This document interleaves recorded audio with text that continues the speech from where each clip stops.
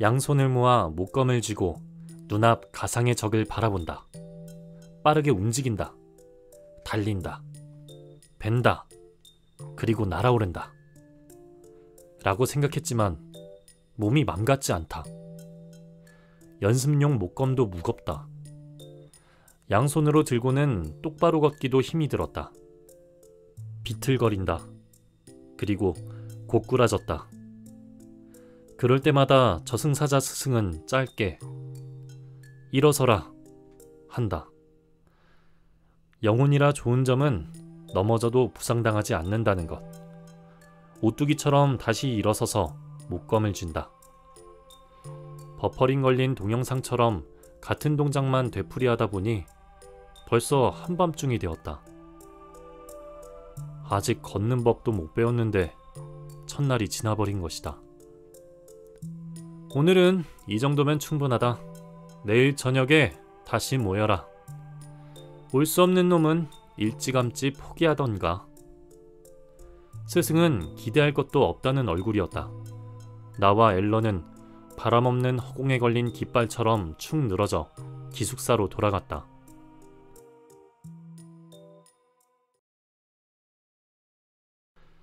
샤워만 하고 침대에 누워 눈만 감은 것 같은데 눈을 떠보니 출근 시간이다. 어젯밤 수련하던 것보다 더 빨리 출근 도장을 찍으러 달렸다. 겨우 시간에 맞춰 박물관으로 출근했다. 그렇게 또 다른 아침이 시작된 것이다.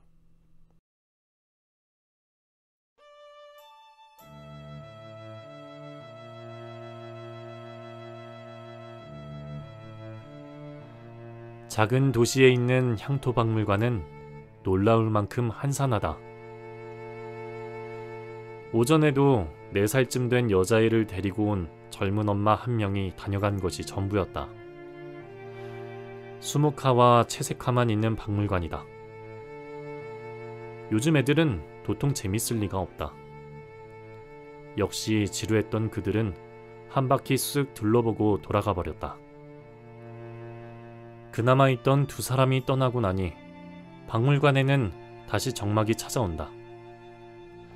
박물관에는 나 말고도 정시에 출근하는 사람이 한 명 더 있었다. 박물관 관리인인 그녀는 40대 중반쯤 되어 보이는 얌전한 여성으로 안내 데스크 앞에 앉아 하루 종일 뜨개질만 하고 있었다. 만약 그녀가 박물관 안에 자신 말고도 영혼이 내가 있다는 것을 알게 된다면 지금처럼 태평히 책을 읽고 있지는 못할 것이다.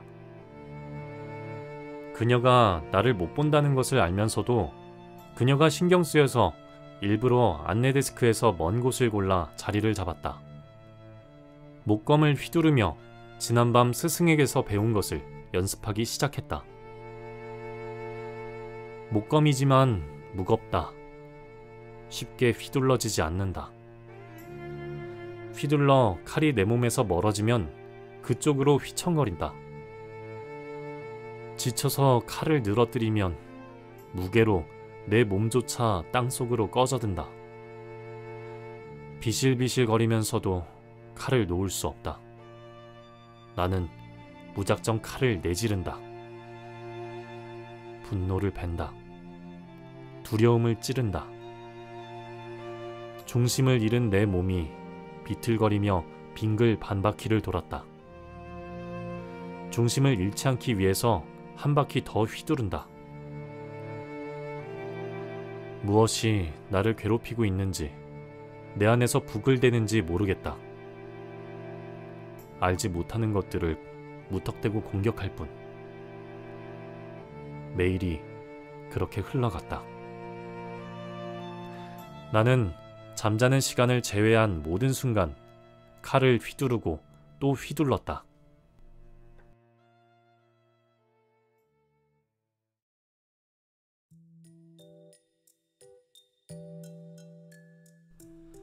생각을 하나로 모아라. 너의 모든 것이 칼과 하나가 되어야 한다. 스승은 말했다.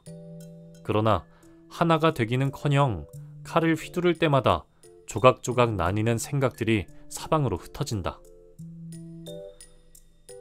마음 한 조각이 비었다. 어디에 뒀느냐? 스승은 나를 책망하듯 말했다. 내 마음도 답답했다. 칼을 들고 휘두르던 팔이 빠져나갈 듯 아파왔다. 스승님은 얼마나 수련하셨습니까? 지친 얼굴로 앨런이 물었을 때 스승은 잠시 생각하다 말했다. 징후가 나를 끌고 달리고 있는 동안은 수련을 멈출 수 없었지. 나를 끌고 가던 고문하던 놈들, 죽이던 놈들, 선량한 시민들을 함부로 짓밟던 놈들, 자신의 권력을 위해서라면 무슨 짓이든 하는 독재자 놈들을 모두 뵐 수 있겠다는 자신감이 생길 때까지. 그놈의 자신감은 아직 싹도 나지 않았지만 시간은 훌쩍 지났다. 그리고 2달이 지난 후에는 드디어 목검을 들고 달릴 수 있었다.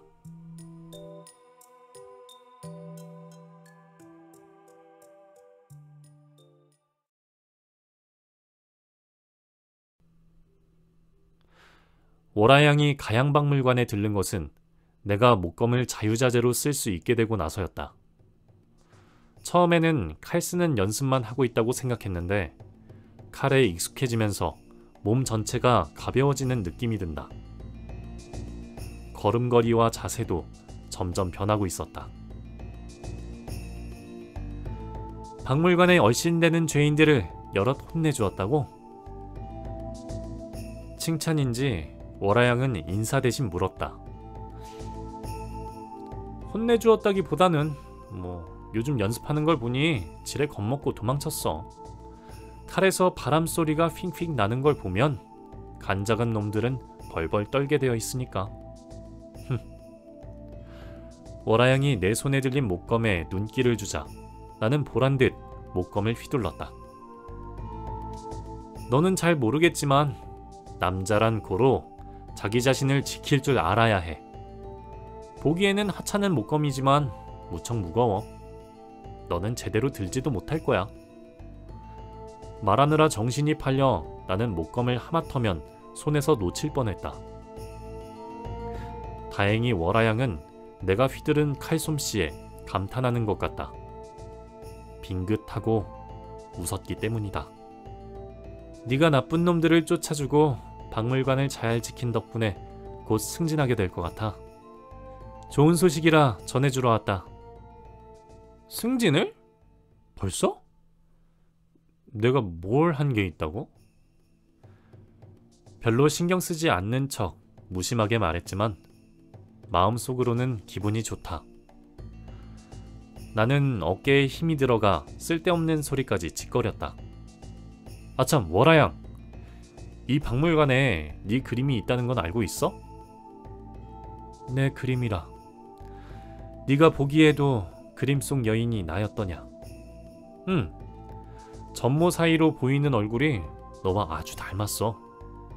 그 그림을 그린 사람이 상선 임수인, 조선 중기 유명한 화가였다고 들었어. 나는 목에 걸린 가시 같던 이름을 입 밖에 내고 월화양의 안색을 살폈다. 임수인이라는 이름이 나오자 과연 그녀의 얼굴은 어두워진다.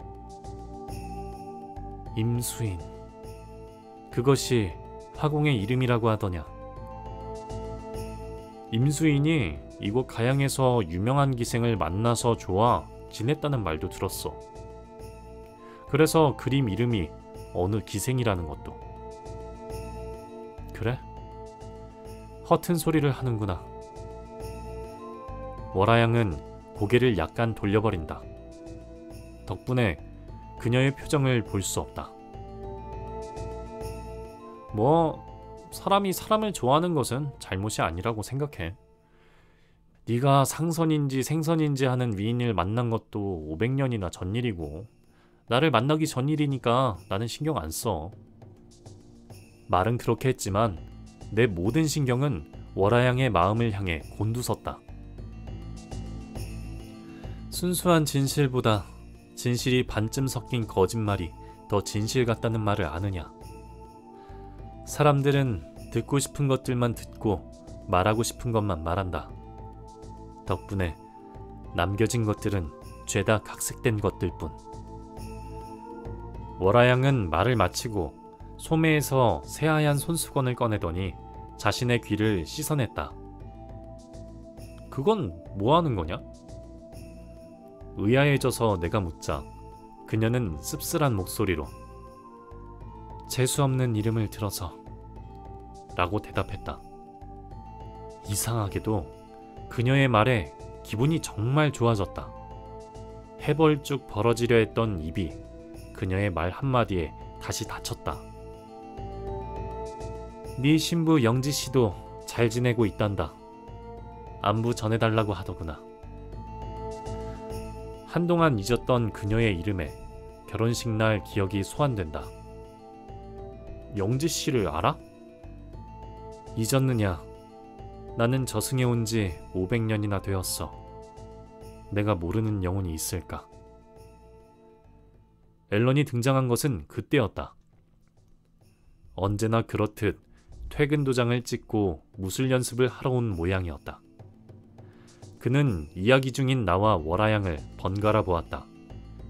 써니님, 안녕하십니까? 앨런이구나. 너에게도 승진 소식을 전할 생각이었는데 마침 잘 왔다. 월화양은 의례적인 인사를 남기고 총총 사라졌다.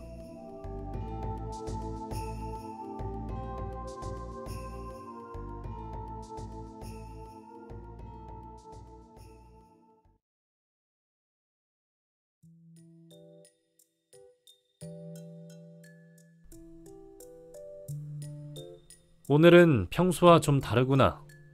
네 몸이 훨씬 가벼워졌다. 그날 밤 스승이 나에게 말했다. 연습이 한참 무르익고 있을 때였다. 마음도 가벼워졌습니다. 내 대답에 스승은 모든 것을 다 알 것 같은 표정을 지었다. 상처 하나 없는 깨끗한 얼굴이 달빛에 휘황했다. 수없이 많은 영혼을 베어낸 그다.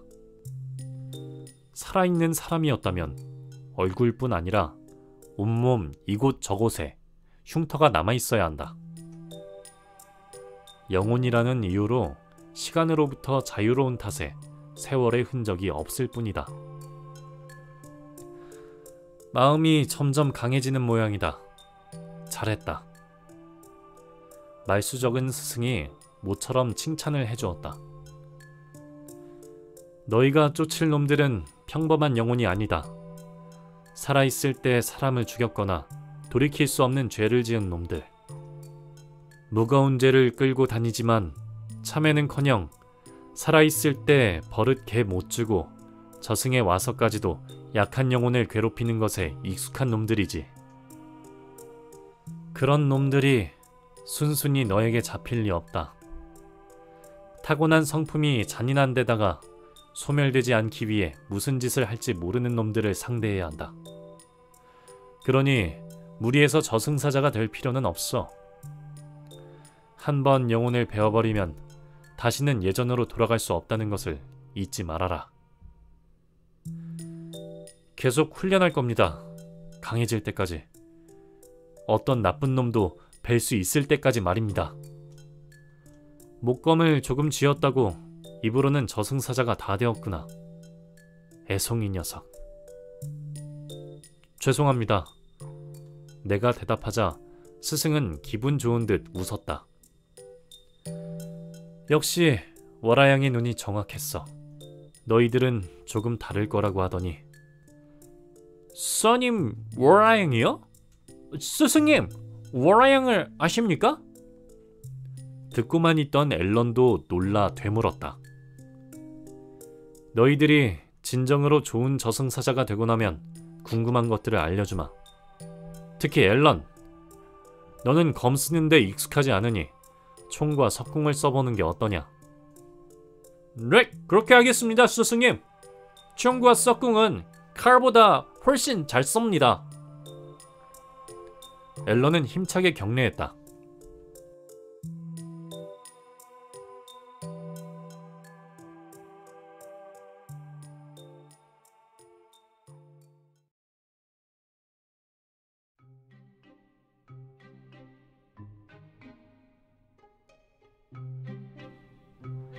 월아양의 말대로 우리는 이틀 후 승진을 했다.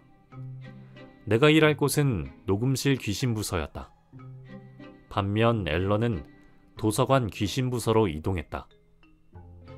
승진의 대가로 우리는 영패와 기숙사, 새로 입을 옷도 한 벌씩 받았다.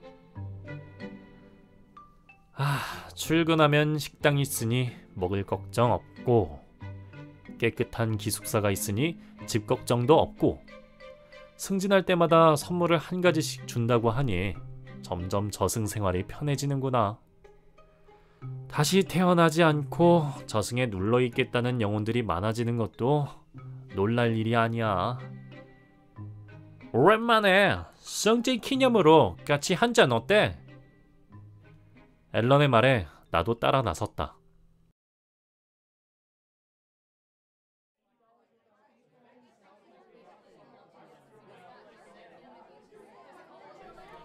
그즈음 우리는 구내식당에서 식혜를 마시는 대신 살아있는 사람들이 모이는 술집에 종종 놀러갔다. 물론 술은 마시지 못한다. 단지 살아있는 사람들 사이에 섞여 술집의 소음을 듣는 일을 즐길 뿐이지만 그곳에서는 우리도 살아있는 사람처럼 느껴지기 때문이다. 오늘도 우리는 파전에 동동주를 파는 근처 술집 한 자리를 차지하고 앉았다. 진한, 파전 냄새 정말 군침 돌지 않아?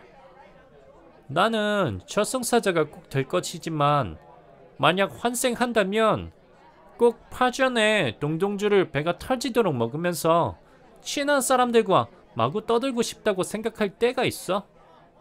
여기 앉은 사람들처럼 말이야.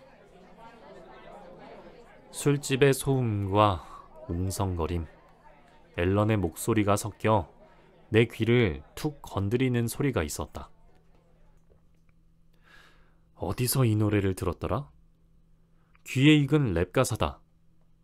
나는 두 눈을 지그시 감고 기억을 더듬었다.